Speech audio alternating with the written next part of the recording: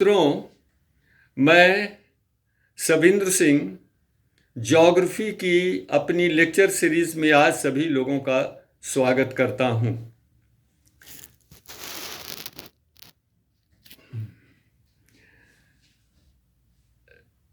तापीय संकल्पना के विपरीत कई आपत्तियां प्रस्तुत की गई हैं। Several objections have been raised against thermal origin of monsoon. Today, I'll discuss on the dynamic concept of origin and mechanism monsoon. Certain objections have been raised against the validity of thermal origin of monsoon.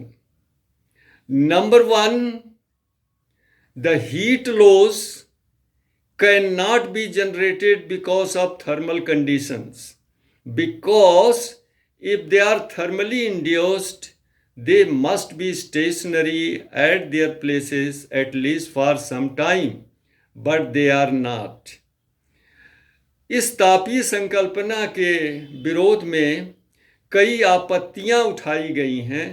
Number एक, ये जो निम्न वायुदाब केंद्र हैं ये ताप जनित नहीं हो सकते हैं। अगर ये ताप जनित होते तो इनको अपने स्थान पर कुछ समय के लिए स्थिर होना चाहिए, जो कि स्थिर नहीं है, गतिशील होते हैं। And therefore these centers of low pressure are actually the low pressure associated with tropical cyclones. ये जो निम्न वायुदाब के केंद्र हैं वास्तव में उष्णकटिबंधीय चक्रवातों से संबंधित निम्न वायुदाब के केंद्र होते हैं। नंबर तीन, यदि धरातल पर मानसून की उत्पत्ति तापीय कारणों से होती है तो ऊपर वायुमंडल में, क्षोभ मंडल में इसके विपरीत वायु संचरण होना चाहिए, जबकि ऐसा नहीं है। If the monsoons are originated due to thermal conditions on the earth's surface, there must be anti-monsoon in the troposphere and stratosphere.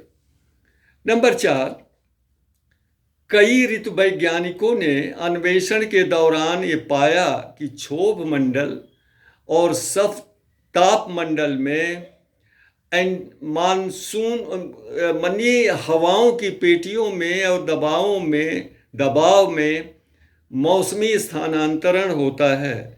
Some of the meteorologists have discovered that in the troposphere and stratosphere there is also seasonal shifting of wind and pressure belts, and the air circulation in the upper atmosphere has been named as aerological monsoon or upper air monsoon by these meteorologists.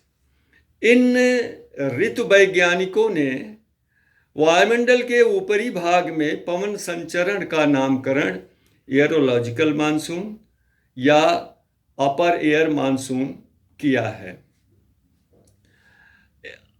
अतः फ्लान महोदय ने फ्लान महोदय ने बताया कि monsoon की उत्पत्ति ताप जनित नहीं हो सकती है, बल्कि एक गति जनित होती है। फ्लान महोदय के अनुसार उष्णकटिबंधीय क्षेत्रों में उत्तरी पूर्वी व्यापारिक हवाएं और दक्षिणी पूर्वी व्यापारिक हवाओं का अभिसरण भूमध्य रेखा के पास होता है। There is a convergence of northeast and southeast trade winds near the equator.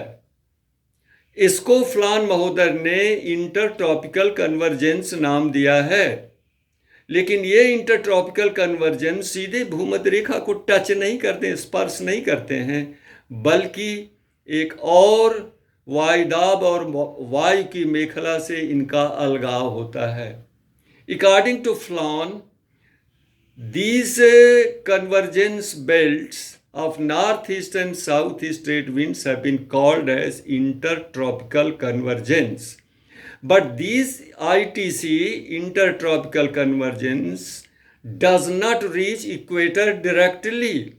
Rather, these are separated by a narrow belt of pressure and wind. And this narrow belt is named as doldrum. And there is west to east wind circulation that has been called equatorial westerlies. तो इस जो है ITC intertropical convergence belt का भूमध्य रेखा तक पहुंच नहीं होती है, बल्कि इनका एक वायुदाब और वायु की पेटी से अलगाव होता है, जिसको डोल्ड्रम की पेटी कहते हैं। ये भूमध्य रेखा से 5 अंश उत्तर और 5 अंश दक्षिण होती है। इसमें पश्चिम से पूर्व की तरफ हवा चलती है, जिसको विषुवत रेखी पछुआ हवा कहते हैं। The northern boundary of intertropical convergence is called NITC, and the southern boundary of intertropical convergence is called SITC. यानी इंटरट्रॉपिकल कन्वर्जेंस के उत्तरी सीमा को हम NITC और दक्षिणी सीमा को SITC कहते हैं। उत्तरी गोलार्ध में ग्रीष्मकाल के समय जबकि सूर्य 21 जून को कर्क रेखा पर लंबवत होता है, तो ये इंटरट्रॉपिकल कन्वर्जेंस उत्तर की तरफ खिसक करके 30 अंश अक्षांश तक पहुंच जाता है। When the sun becomes vertical over Tropic of Cancer during summer season in the northern hemisphere on 21st of June, the intertropical convergence also shifts northward and is established extended up to 30th degree north latitude, and thus it covers South and Southeast Asia। और इस तरह से NITC का विस्तार दक्षिणी और दक्षिणी पूर्वी एशिया के ऊपर हो जाता है। अतः डोल्ड्रम की पेटी भी उत्तर खिसक जाती है, तो उसकी विषुवत रेखी पछुआ हवाएं दक्षिणी और दक्षिणी पूर्वी एशिया पर स्थापित होती हैं। With the northward shifting of NITC, the belt of doldrum is also shifted northward, and therefore the equatorial westerlies are established over South and Southeast Asia। यही इक्वेटोरियल वेस्टर्लीज जो हैं वो दक्षिणी और दक्षिणी पूर्वी एशिया की ग्रीष्मकालीन या दक्षिणी पश्चिमी मानसून हवाएं होती हैं।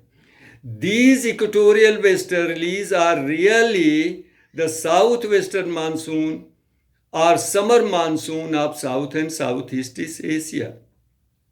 Since these equatorial westerlies are associated with several tropical disturbances, cyclones, and therefore the summer monsoon rainfall is not monsoonal rainfall, rather it is cyclonic rainfall. अतः दक्षिणी और दक्षिणी पूर्वी एशिया की ग्रीष्मकालीन मानसून के समय जो वर्षा होती है वो मानसूनी वर्षा नहीं होती है, बल्कि चक्रवातीय वर्षा होती है। भारत के प्रायद्वीपीय स्थिति के कारण इसके 2 भाग हो जाते हैं। एक भाग बंगाल की खाड़ी के ऊपर से आता है, दूसरा भाग जो है अरब सागर के ऊपर से आता है। Because of the tapering end of peninsular India, these southwesterly monsoons are bifurcated into 2. The one branch comes from over the Bay of Bengal, the other branch comes from over Arabian Sea। चूंकि इनके साथ चक्रवाती दशाएं होती हैं, जहां कहीं भी पर्वतीय अवरोध और स्थलीय अवरोध होता है वहां पर्याप्त वर्षा कर देती है।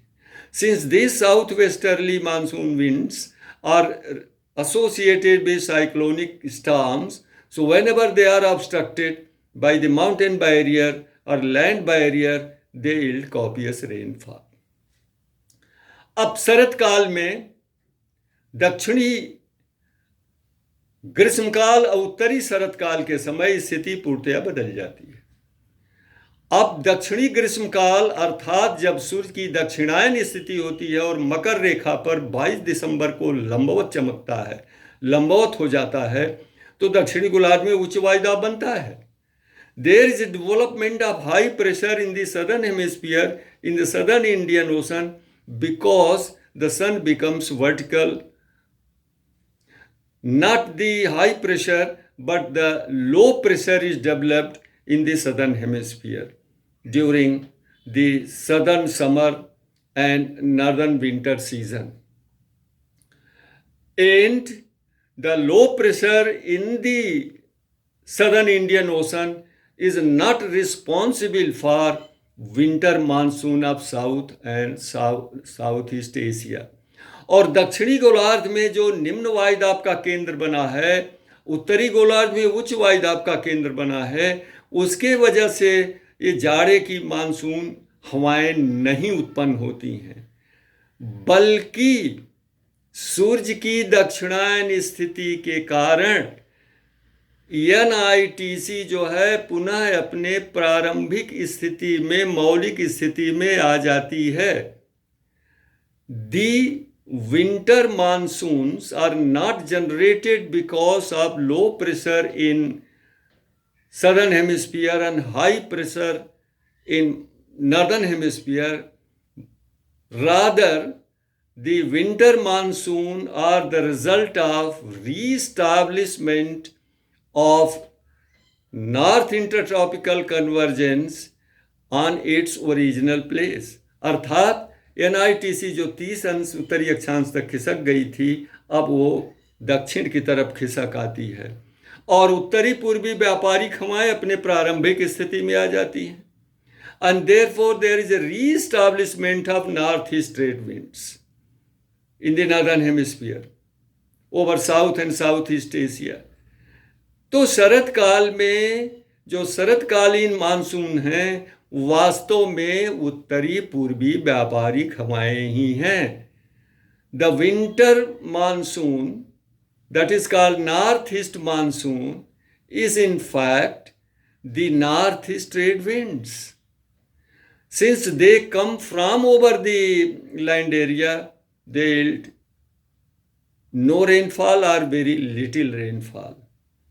चूंकि ये उत्तरी पूर्वी व्यापारिक हवाएं, आप कहें शरदकालीन उत्तरी पूर्वी मानसून हवाएं स्थलीय भाग से आती हैं, ये शुष्क होने के कारण या तो वर्षा एकदम नहीं करती हैं या बहुत कम करती हैं.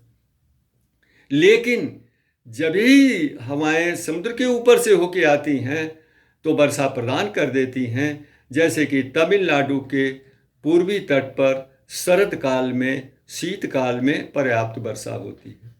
But whenever these northeast trade winds, or you can say the winter northeast monsoon winds, come from over the Indian Ocean, come from over the sea surfaces, they pick up moisture and yield rainfall. For example, coming from over the Bay of Bengal, they pick up moisture and yield rainfall on the eastern coast of Tamil Nadu during winter season. ये फलान महोदय के अनुसार ये intertropical convergence के उत्तर और दक्षिण खिसकाव के कारण मानसून की उत्पत्ति होती है. लेकिन हमें इस संकल्पना और सिद्धांत के विषय में मेरे दिमाग में कई प्रश्न उठते हैं. I have some serious objections against this dynamic concept of origin of monsoon of South and Southeast Asia.